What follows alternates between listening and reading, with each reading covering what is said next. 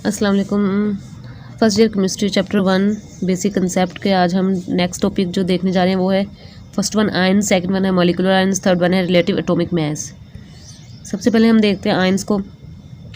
Ions are the species which carry either positive और negative charge whenever an atom of an element loses one और more electrons positive ions are formed.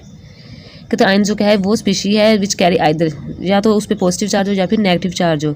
When ever an atom of an element loses one और more electrons positive ions form, जब कोई atom जो है element का वो एक electron या फिर एक से ज़्यादा इलेक्ट्रॉन लॉस करता है तो पॉजिटिव आयंस फॉर्म्ड होते हैं। जैसे कि एग्जांपल में दिया हुआ है कि ये एटम है, ये इलेक्ट्रॉन लॉस करके ए पॉजिटिव ये आयंस बना रहा है और प्लस इलेक्ट्रॉन इधर से ये निकल रहा है। Sufficient amount of energy to be provided to a neutral atom to ionise it, हमें सफिशिएंट अमाउंट जो होती है एनर्जी की वो प्रोवाइड करनी पड़ती है न्यूट्रल एटम को आयनाइज होने के लिए। This A plus is called an cation. ये जो एग्जांपल में ए प्लस है ये क्या केटाइन है। केटाइन में कैरी +1 +2 +3 एटसेट्रा चार्ज और चार्जेस। कहते हैं ये जो है केटाइन है इस पर +1 भी हो सकता है, +2 भी हो सकता है, +3 भी हो सकता है charge. The number of charges present on ion depends upon the number of electrons lost by the atom. जो नंबर ऑफ चार्जेस है प्रेजेंट जो होते हैं आयन पे ये डिपेंड करते हैं किस पे, नंबर ऑफ इलेक्ट्रॉन्स पे लॉस्ट जो होते हैं। जबकि एक इलेक्ट्रॉन लॉस करेगा तो +1 होगा, 2 करेगा तो +2 होगा, 3 करेगा तो +3 होगा। Anyhow energy is always required to do so. कहते हैं कि हमेशा एनर्जी जो होती है वो ज़रूरी होती है न्यूट्रल एटम को आयनाइज होने के लिए ताकि वो इलेक्ट्रॉन लूज करे और केटाइन बन जाए। Hence the formation of the positive ions is an endothermic process. Endo thermic means के एनर्जी, एंडो मीन्स के इन आउट। एंडो मीन्स के मतलब इन और थर्मिक मीन्स के हीट, एनर्जी को लेना।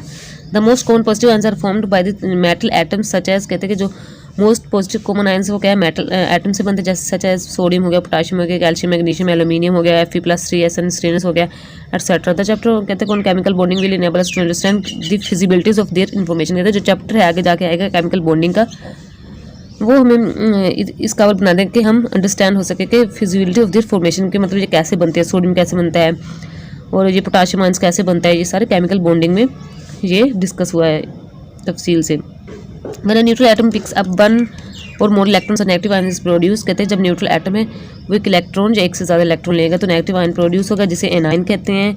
उसमें इन्होंने इलेक्ट्रॉन लूज किया था जिसे केटाइन कहते हैं। वो पॉजिटिव आयन फॉर्म होता है, इसमें जो है इलेक्ट्रॉन लेंगे, जैसे कि ये B+ और एक इलेक्ट्रॉन ले रहे हैं ना तो B नेगेटिव बन रहा है, एनाइन बन रहा है, नेगेटिव चार्ज इस पर आ रहा है क्योंकि ये एक इलेक्ट्रॉन ले रहा है।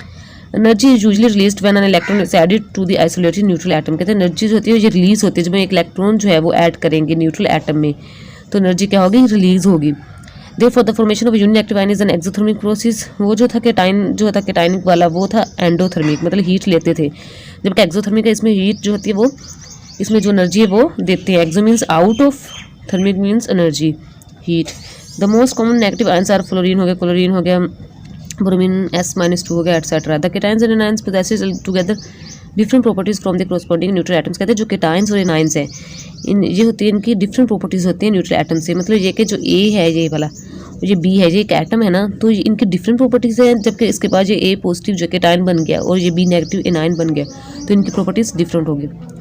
There are many examples of negative ions which consist of group of atoms like, कहते हैं कि काफ़ी एग्जाम्पल है नेगेटिव आयंस के जो कि उसमें काफ़ी एटम्स होते हैं, ग्रुप ऑफ एटम्स होते हैं, जैसे कि OH नेगेटिव हो गया, कार्बोनेट CO3-2 हो गया, SO4-2 सल्फेट हो गया, PO4-3 फॉस्फेट हो गया, MnO4-1 मैंगनीज हो गया, Cr2O7 क्रोमेट हो गया। The positive ions having group of atoms are less common. कहते हैं जो पॉजिटिव आयंस होते हैं ग्रुप ऑफ एटम्स कितने लेस कॉमन होते हैं, नेगेटिव के ज़्यादा थे। ये देखो कितने सारे हैं, OH, कार्बोनेट, सल्फेट, फॉस्फेट, ये काफ़ी ज़्यादा हैं। जबकि पॉजिटिव आयन जो होते हैं NH4+ जैसे ये बहुत कम होते हैं। सम कार्बोकेटाइंस पाए जाते हैं in organic chemistry. Next topic जो है मॉलिक्यूलर आयन है। वन एटम लूजर और gains electron it forms an ion. कहते हैं जब एक एटम जो होता है वो लूज और गेन करता है इलेक्ट्रॉन को तो आयन बनता है। Similarly a molecule may also lose और gain electron to form a molecular ion. इसी तरह जब एक मॉलिक्यूल जो है वो लूज करेगा या फिर गेन करेगा इलेक्ट्रॉन को क्या बनाएगा, मॉलिक्यूलर आयन बनाएगा। For example CH4+, CO+, N2+। Cationic molecular ions are more abundant than anionic ones. पीछे हमने पढ़ा था जो पॉजिटिव आयंस वाले होते हैं वो कम होते हैं, जबकि इधर कह रहे हैं कि जो मॉलिक्यूलर आयन होते हैं केटाइनिक ये क्या होते हैं, अबंडेंट होते हैं, ज़्यादा होते हैं than anionic ones. These ions can be generated by passing high energy electron beam और अल्फा पार्टिकल्स और एक्सरेज थ्रू अ गैस। ये आयन जो कैसे जनरेट होते हैं, high energy electron beam, alpha particles या फिर एक्सरेज को गैस से पास करने के। The break down of molecular ions obtained from the natural products can give important information about the structure.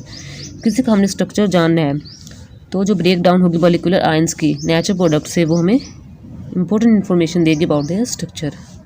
Next topic जो है रिलेटिव एटॉमिक मास है।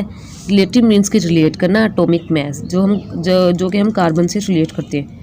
Relative atomic mass is the mass of an atom of an element as compare to the mass of an atom of carbon taken as 12। कहते हैं जो relative atomic mass है, ये मास है atom of an element के एक atom का है, जो कि कंपेयर करते हैं किससे, mass of an atom of carbon taken as 12, carbon के एटम के मास से कंपेयर करते हैं, जो कि 12 दिया जाता है। Unit use to express the relative atomic mass is called atomic mass unit. जो हम यूनिट लेते हैं रिलेटिव एटॉमिक मास को एक्सप्रेस करने के लिए, उसे क्या कहते हैं, एटॉमिक मास यूनिट कहते हैं। एमओ से भी रिप्रेजेंट करते हैं एमयू से। And it is 1/12 of the mass of one carbon atom. एक कार्बन एटम का 12वां हिस्सा होता है ये। 1 carbon 12 scale the relative atomic mass of carbon 612 is 12 amu and relative atomic mass of hydrogen is 1.008 amu. इससे हम रिलेट किया ना, हाइड्रोजन का 1 हो गया और कार्बन का 12 हो गया, ये 1/12 पार्ट हो गया। The masses of the atoms are extremely small. जो मैस एटम्स का होता है वो बहुत स्मॉल होता है। We don't have any balance to weigh such an extremely small mass. कहते हैं कि हमारे पास कोई बैलेंस नहीं है इसे वे करने के लिए इतने स्मॉल मैस को।